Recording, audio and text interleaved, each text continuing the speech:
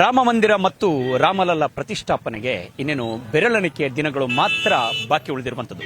ಹೀಗಾಗಿ ಅಯೋಧ್ಯೆಗೆ ಆಗಮಿಸುತ್ತಿರುವಂತಹವರ ಸಂಖ್ಯೆಗಳು ನಾನಾ ರೀತಿಯಾದಂತಹ ಒಂದು ಸಾಹಸಮಯವಾಗಿ ಇರ್ತದೆ ಅಂತ ಹೇಳಿದ್ರೆ ತಪ್ಪಾಗ್ಲಿಕ್ಕಿಲ್ಲ. ಬೆಳಗ್ಗೆಯಿಂದ ಪವರ್ ಟಿವಿ ಜೊತೆ ಮೂವರು ಜನರು ನಾನಾ ರೀತಿಯಾದಂತಹ ಸಾಹಸಿಗರನ್ನ ಮಾತನಾಡಿಸಿದ್ದೆವು. ಈಗ ನಮ್ಮ ಜೊತೆ ಅಯೋಧ್ಯೆಯ ಲತಾ ಮಂಗೇಶ್ಕರ್ ಚೌಕ್ನಲ್ಲಿ ಯುಕೆ ಗ್ಯಾಂಗ್ನ ಇಬ್ಬರು ಸದಸ್ಯರು ನಮ್ಮ ಪವರ್ ಟಿವಿ ಕ್ಯಾಮ್ರಾಗೆ ಬಿದ್ದಿದ್ದಾರೆ. ಅವ್ರನ್ನ ಮಾತನಾಡಿಸೋಣ. ಅವರು ಕೂಡ ಬೈಕ್ ರೇಸ್ ಮೂಲಕವಾಗಿ ಯುಕೆಯಿಂದ ಬಂದಿದ್ದಾರೆ. ಯುಕೆ ಅಂತ ಹೇಳಿದ್ರೆ ಉತ್ತರಾಖಂಡ್ ಅಲ್ಲ ಅಥವಾ ವಿದೇಶ ಅಲ್ಲ, ನಮ್ಮ ಉತ್ತರ ಕರ್ನಾಟಕದ ಇಬ್ಬರು ಸದಸ್ಯರು. ಅವ್ರನ್ನ ಮಾತಾಡ್ಸಾರ. ಸರ್, ತಮ್ಮ ಹೆಸರು, ತಾವು ಯಾವತ್ತು ಹೊರಟ್ರಿ, ಎಷ್ಟು ದಿನ ತಗೊಳ್ತು, ಈ ಒಂದು ಸಾಹಸ ಹೇಗೆ, ನೀವು ಇದನ್ನ ಹವ್ಯಾಸವಾಗಿ ಮಾಡ್ಕೊಂಡಿದ್ದೀರಾ ಹೇಗೆ ಅಂತ?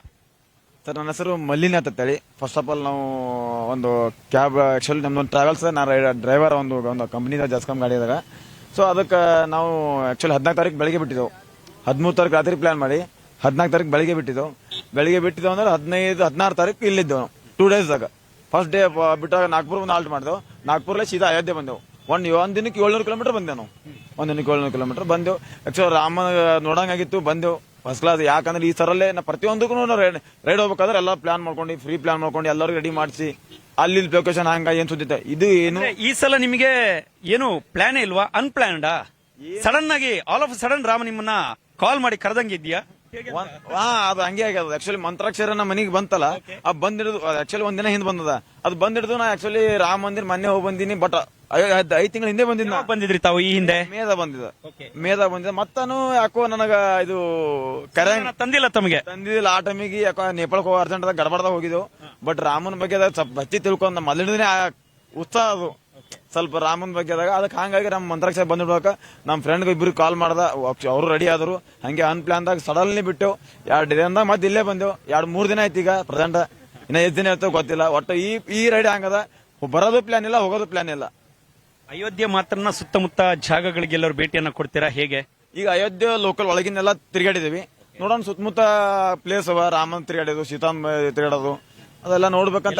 ರಾಮನ ಹೆಜ್ಜೆ ಗುರುತುಗಳಿಗೆ ತಮ್ಮ ಗಾಡಿಯ ಹೆಜ್ಜೆ ಗುರುತು, ತಮ್ಮ ಗುರುತುಗಳು ಕೂಡ ಅಲ್ಲಿ ಸಾಕ್ಷಿ ಆಗ್ಬೇಕು ಅಂತ. ಸಾಕ್ಷಿ ಆಗ್ಬೇಕು ಅಂತ ಅದನ್ನು ಒಂದು ಹುಡುಕಾಡ್ಕೊಂಡು ಹೋಗ್ಬೇಕಲ್ಲತ್ತೀವಿ. ನೋಡಮ್ಮ, ಆದಷ್ಟು ಪ್ರಯತ್ನ ಪಡ್ತೀವಿ. ಎಷ್ಟು ಆತ ಅಷ್ಟು ನಮ್ಮ ಕೈಲಿ.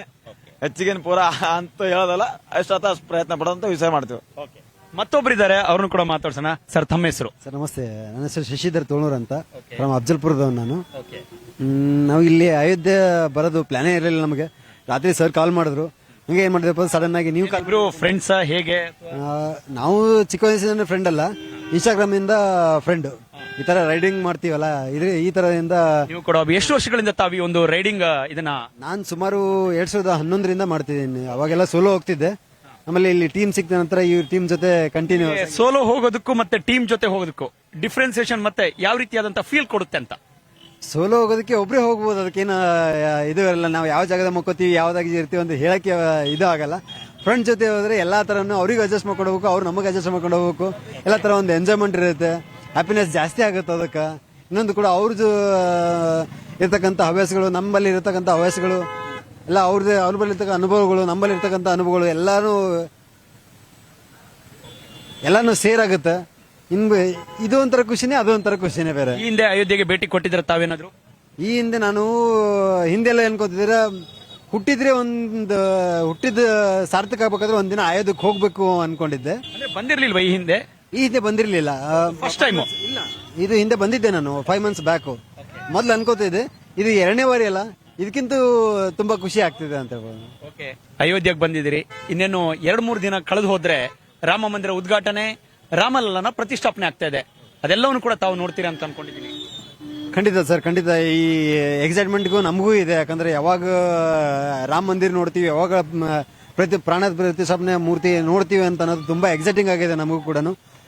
ಈ ಎಕ್ಸೈಟಿಂಗ್ ಹೇಳಕ್ ಪದಗಳೇ ಬರಂಗಿಲ್ಲ, ಅಷ್ಟು ಎಕ್ಸೈಟ್ಮೆಂಟ್ ಆಗಿದೆ.